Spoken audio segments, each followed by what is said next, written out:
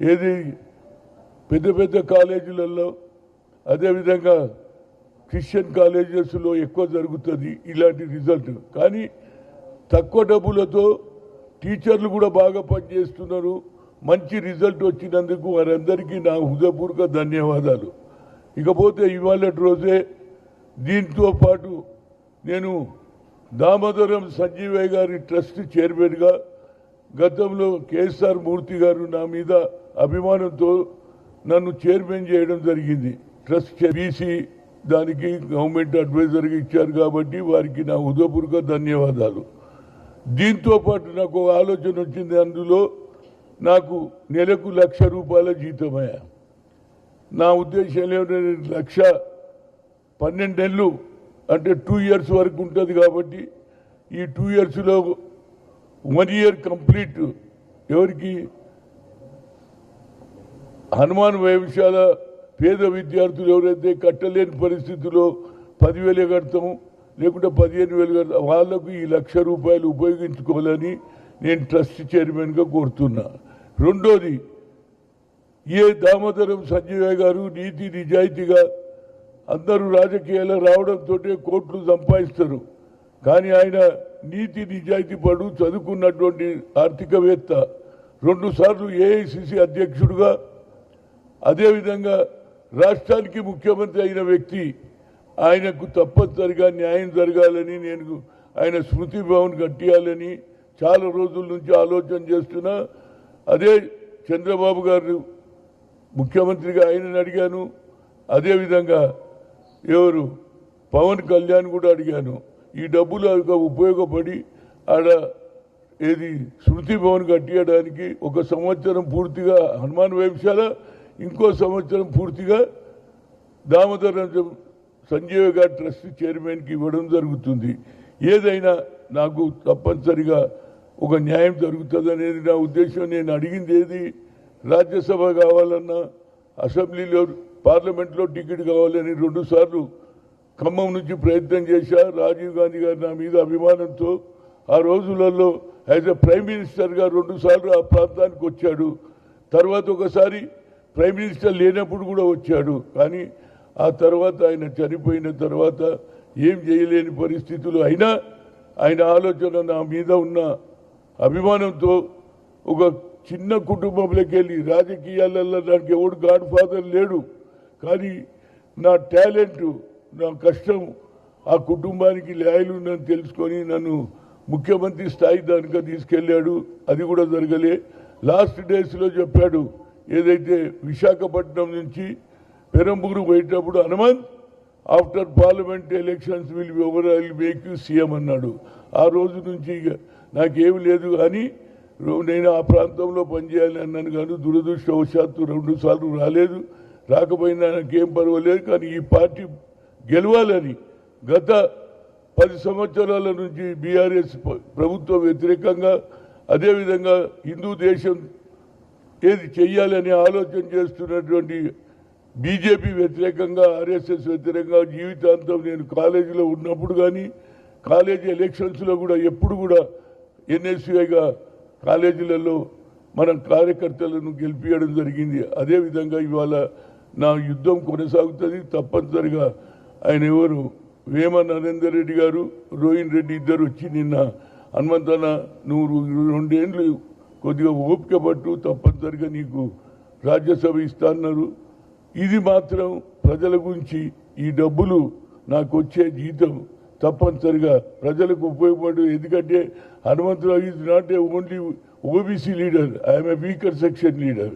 SC ST OBC మైనార్టీలకు గురించి ఉపయోగపడుతుంది. కాబట్టి అక్కడ ట్రస్ట్కు, ఇక్కడనేమో హనుమాన్ వైవిశాల పేద విద్యార్థులకు న్యాయం చేయడానికి నా ఉద్దేశం. ఎందుకంటే ఈ జీతం పెద్ద నాకేం లేకపోయినా నాకు చాలామంది నేను డబ్బు సంపాదించకపోయిండొచ్చు, నాకు చాలా ఆఫర్స్ వచ్చినాయి. నిజం చెప్తున్నా, ఇవాళ రోజు ఉన్న వాస్తవాలు చెప్తున్నా. పుస్తకంలోనే రాసిన ఆనాడు ఉన్నటువంటి ఎన్ జనార్దన్ రెడ్డి గారు నేను పిసిసి ప్రెసిడెంట్గా ఉన్నప్పుడు నా దగ్గరికి పంపించాడు. నెలకు ఎంత ఖర్చు అవుతుందో ఇస్తాను. నేను నెల జీతం తీసుకునే క్వశ్చన్ లేదు. నాకు వెల్ విషర్స్ ఉన్నారు.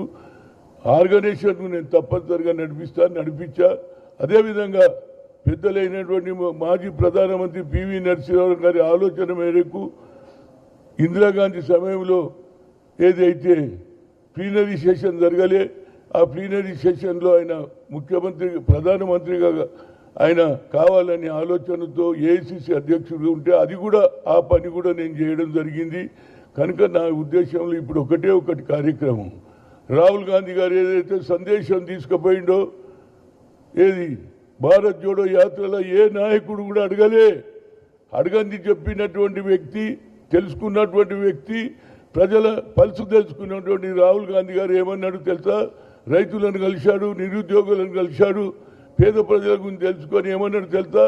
అరే నేను కేవలం ఎస్సీ ఎస్టీలకే అన్యాయం జరుగుతుంది అనుకున్నా, కానీ అందరికంటే ఓబీసీలకు అన్యాయం ఎక్కువ జరుగుతుందని we come to the power, will conduct caste wise census, జితినా హిస్సేదారి యుక్తి భాగీదారి అన్న తర్వాతనే మన రాష్ట్రంలో 10 జిల్లాలు తిరిగా. ఆ తర్వాత మా పిసిసి అధ్యక్షుడు రేవంత్ రెడ్డి గారు కూడా కామారెడ్డిలో డిక్లేర్ చేశాడు, 42% అన్నాడు. దాని తర్వాత రావడంతో, ముఖ్యమంత్రి కావడంతో ఫస్ట్ కార్యక్రమం ఏం చేశాడంటే 150 కోట్లు శాంక్షన్ కేబినెట్లో నిర్ణయం తీసుకున్నాడు. ఇంటింటికి తిరిగాడు, ఇంటింటికి పోయేది మా కులగన ఎంత ఉందని చెప్పాడు. 56% బీసీలు ఉన్నారని మా రేవంత్ రెడ్డి గారే చెప్పారు. కానీ ఇవాళ గతంలో నేను ఓబీసీ ఎంపీస్ కన్వీనర్గా దేశంలో ఉన్నప్పుడు నరేంద్ర మోడీని 3 సార్లు కలిసినానండి. ఒకసారి 42, ఒకసారి 64, ఒకసారి 85 మంది. సార్ మాకు అన్యాయం జరుగుతుంది, మా జనాభా మోర్ దాన్ 60% ఉంటుంది దేశంలో. అదే నితీష్ కుమార్ గారు ఏది బీహార్లో జరిపితే 62% వచ్చింది, దాని తర్వాత కోర్టు కొట్టేసింది. అదేవిధంగా ఐఐఎంలో రిజర్వేషన్ లేదని సుప్రీంకోర్టు కొట్టేస్తే అప్పుడు నేను అర్జున్ సింగ్ గారు హెచ్ఆర్డీ మినిస్టర్ సోనియా గాంధీ దగ్గర వెళ్ళాం. మేడం మేము లోకల్ లాంగ్వేజ్లో చదువుతాం, తెలుగు, మలయాళం, అన్ని కన్నడ. పిల్లలు 1,30,000, 1,40,000 ఐఐటీలో సంపాదిస్తున్నారు. అదేవిధంగా ఆల్ ఇండియా మెడికల్ సైన్సెస్లో డాక్టర్లు అవుతున్నారు. అదే ఆలోచనతో ఇవాళ రాహుల్ గాంధీ ఆలోచన ఇంప్లిమెంట్ చేయాలి. మళ్ళీ ఈ దేశానికి ప్రధానమంత్రి ఆయన కావాలంటే ఈ బీసీల జనగణన మొదలు పెట్టాలని గతంలో నేను ఎన్నోసార్లు కలిసిన నరేంద్ర మోడీ చేయలే. కానీ రాజ్నాథ్ సింగ్ 2008లో నేను when I was OBC MPs కన్వీనర్గా ఉన్నప్పుడు వీల్ కండక్ట్ అన్నాడు 2008లో. ఇప్పుడు మరి ఆయనకు మంచి ఆలోచన వచ్చింది, జనగణన అంటున్నాడు. కానీ ఎస్సీ ఎస్టీలకు ఇండ్ల లెక్క చూస్తున్నారు. ఇండ్ల లెక్క చూస్తే ఎవరికి లాభం? సరే అందులో కూడా ఎస్సీ ఉంటేనేమో వాళ్ళ ఇంటి యజమాని పేరు ఎస్సీ అని రాయండి, అదేవిధంగా ఎస్టీ అంటే ఎస్టీ రాయండి అన్నారు. కానీ కాలం పక్కకు ఓబీసీ పేరు లేదు, మా జనాభా లెక్క లేదు. కనుక తప్పనిసరిగా ఈ రాష్ట్రంలో మొట్టమొదటి వ్యక్తి రేవంత్ రెడ్డి కులంగన జరిగిన యావత్ భారతదేశంలో. అదేవిధంగా అదే రాహుల్ గాంధీని పిలిచి ఇక్కడ తెలంగాణలో మొట్టమొదటి బీసీ మీటింగ్ పెట్టి ఎప్పటి వరకు అయితే ఆయన వస్తుడు 10వ తేదీ నాడు నేను ఆయనకు లెటర్ రాస్తున్నా, నరేంద్ర మోడీ నువ్వు ఓబీసీ ఉండి కూడా నువ్వు ఓబీసీలకు న్యాయం చేస్తలేవు, హైదరాబాద్కు వస్తున్నావు కనుక రాకముందే మా కులగన అందులో ఇన్క్లూడ్ చేయకపోతే తప్పనిసరిగా హనుమంతరావు ప్రజల మనిషి తెలంగాణ గురించి ఎంతోమంది ప్రాణాలు అర్పించినారు, ప్రాణాలు కోల్పోయారు, జైలుకు పోయారు. అదేవిధంగా నేను కూడా తప్పనిసరిగా ఆయన 10 లోపల ఈ ఆలోచనలో మార్పు రాకపోతే నేను ఆభరణ నిరాదీక్ష చేస్తాను. ఏదన్నా కానీ అప్పుడన్నా నరేంద్ర మోడీ ఆలోచనలో మార్పు రావాలి. అమిత్ షా బాబాసాహెబ్ అంబేద్కర్ పార్లమెంట్లో అవమానం చేస్తాడు, 6 సార్లు పేరు ఎత్తుతాడు. అరే ఆయన భగవంతుడు అరవై భగవంతుని చేస్తాడని మీరు స్వర్గానికి పోతారన్నాడు. అటు నరేంద్ర మోడీ ఆలోచన ఏ విధంగా ఉన్నదని తెలిసాలంటే తప్పనిసరిగా ఈ కులంగనలో మాకు చేర్చకుంటే మళ్ళీ 100 సంవత్సరాలైనా మాకు న్యాయం జరగదు బాబు. మొన్న లోకల్ బాడీలో జరిగితే 52% సర్పంచులు గెలిచారు. అదేవిధంగా ఎక్కువ సంఖ్యలో చైర్మన్లు, వైస్ చైర్మన్లు. మా అధికారాన్ని ఓట్లో మోర్ దాన్ 60% ఎక్కువ జనాభా లెక్కలు ఎందుకు చేయరని ఆయనకు లెటర్ రాస్తున్నా. ఆయన 10కి లోపల వచ్చే లోపల ఈ నిర్ణయం తిరగకపోతే I will take indefinite hunger strike. And anyhow I want to thanks to the chief minister and also కార్యకర్తలు కూడా. నేను పదవి గురించి రాలేదు, 12 ఏళ్ల నుంచి నేను కొట్లాడుతున్నా కార్యకర్తల గురించి. పేద ప్రజలకు ఇక్కడ ఏది హాజీపూర్లో 3 అమ్మాయిలను రేప్ చేస్తే 10 సార్లు అయినా ఆ గ్రామంలో ఉన్నటువంటి మహేష్ భాగవత్ కమిషనర్ శిక్ష ఇస్తే ఇవాళ జ్యుడిషియరీ కూడా హైకోర్టు అప్రూవల్ ఇస్తలేదు. ఇది ఎక్కడ న్యాయం అండి?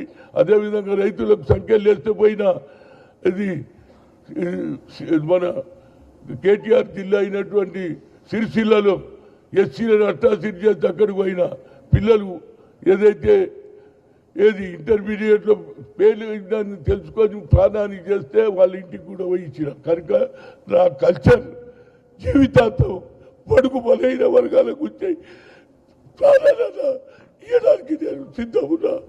ఇది జరగాలి, దానికి రేవంత్ రెడ్డి గారు తప్పనిసరిగా మద్దతు ఇవ్వాలి. ఆయన ఆలోచన కూడా ఏమున్నది, రాహుల్ గాంధీని ప్రధాన